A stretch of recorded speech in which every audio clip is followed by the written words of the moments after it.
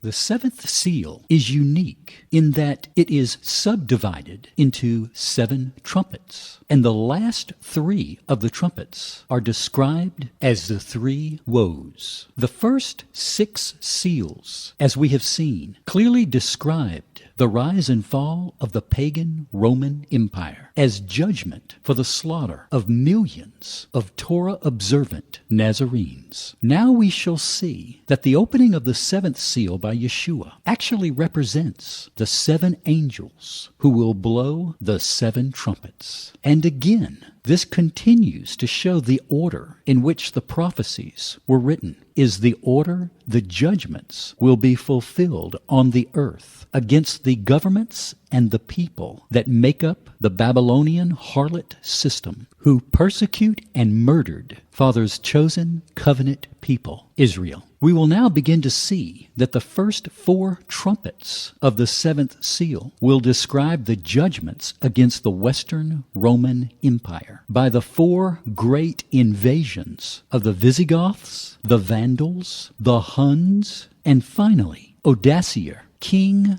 of the Heruli and the Western Goths, who finally conquered Rome in 476 A.D. and brought the 1200-year reign of the Western Empire of Rome to an end. This was the area from which the future 10 kingdoms, symbolized in Daniel's vision as the 10 horns on the beast and 10 toes on the feet of the metallic image, would emerge. These first 4 trumpet judgments range from approximately 395 to 476 A.D. Let us begin by reading Revelation 8. And when he had opened the 7th seal, there was silence in heaven about the space of half an hour. And I saw the 7 angels which stood before Elohim, and to them were given 7 trumpets. And another angel came and stood at the altar, having the golden censer, and there was given to him much incense, that he should offer it with the prayers of all the saints upon the golden altar, which was before the throne. And the smoke of the incense which came with the prayers of the saints ascended up before Elohim out of the angel's hand. And the angel took the censer and filled it with fire off the altar and cast it into the earth. And there was voices and thunderings and lightnings and an earthquake.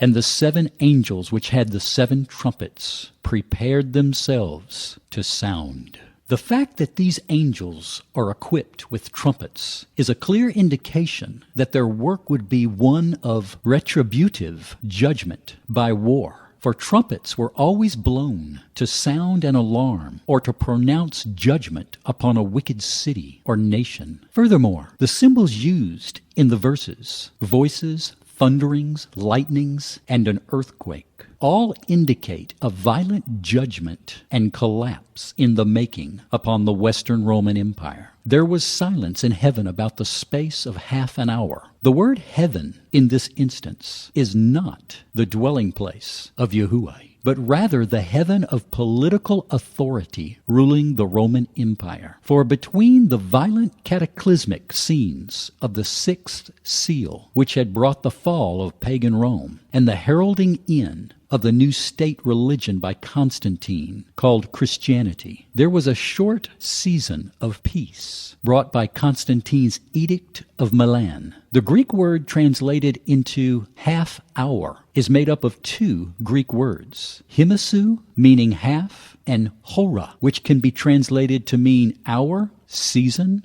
day, or short time. Bottom line, the time referred to was a brief interlude of peace following the Edict of Milan in 313 A.D., when persecution ceased after the destruction of pagan Rome. However, it was during this very brief period of silence in heaven when Constantine's Catholic Church began to enjoy popularity among the pagans that apostasy took root and persecution raised its ugly head in Rome against all the apostolic Torah observant congregations who refused to abandon the Torah and practiced the seventh-day Sabbath and the biblical feast, such as Passover, which would put them in direct conflict with Rome's state religion, the new Roman Catholic Church. who observed Sunday as their day of rest, and the ancient pagan fertility celebrations of Astarte or Easter to honor the Messiah for his death and resurrection. Those millions of Gentiles returning to their covenant faith through the atoning blood of Yeshua, who made up the house of Israel and who practiced the Torah observant lifestyle, were now labeled by the bishops of Rome as Judaizers who wanted to separate Jew from Gentile. Most historians agree the parting of ways and the ending of Rome's tolerance actually began just 12 years later, after the signing of the Edict of Milan, when in 325 A.D. at Constantine's Council of Nicaea, where the council ruled against Judaizing and set the date for Easter. From the writings of Eusebius, we also have the result of Constantine's edict in 321 AD, which clearly shows that all things that were considered the duties or laws in the Torah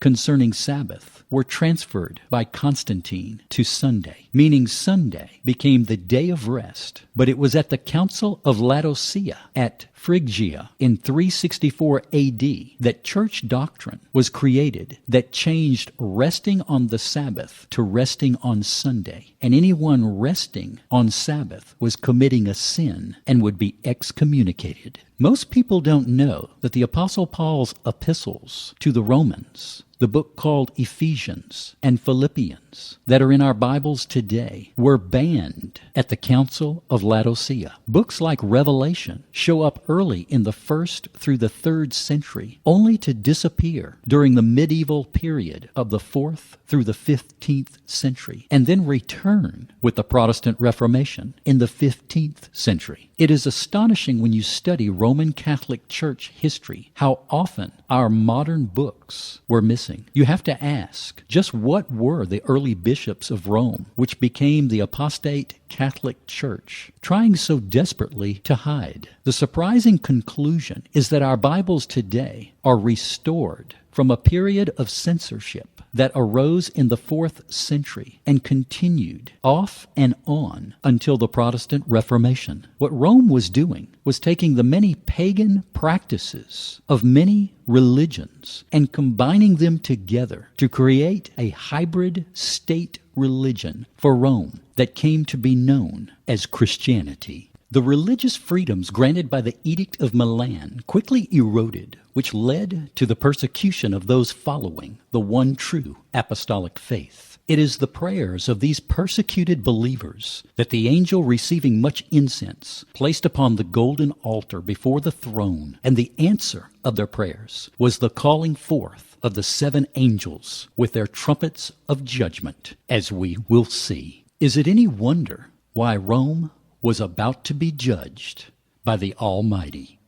I'm Bill Sanford, trying to put the book of Revelation in proper perspective in our day.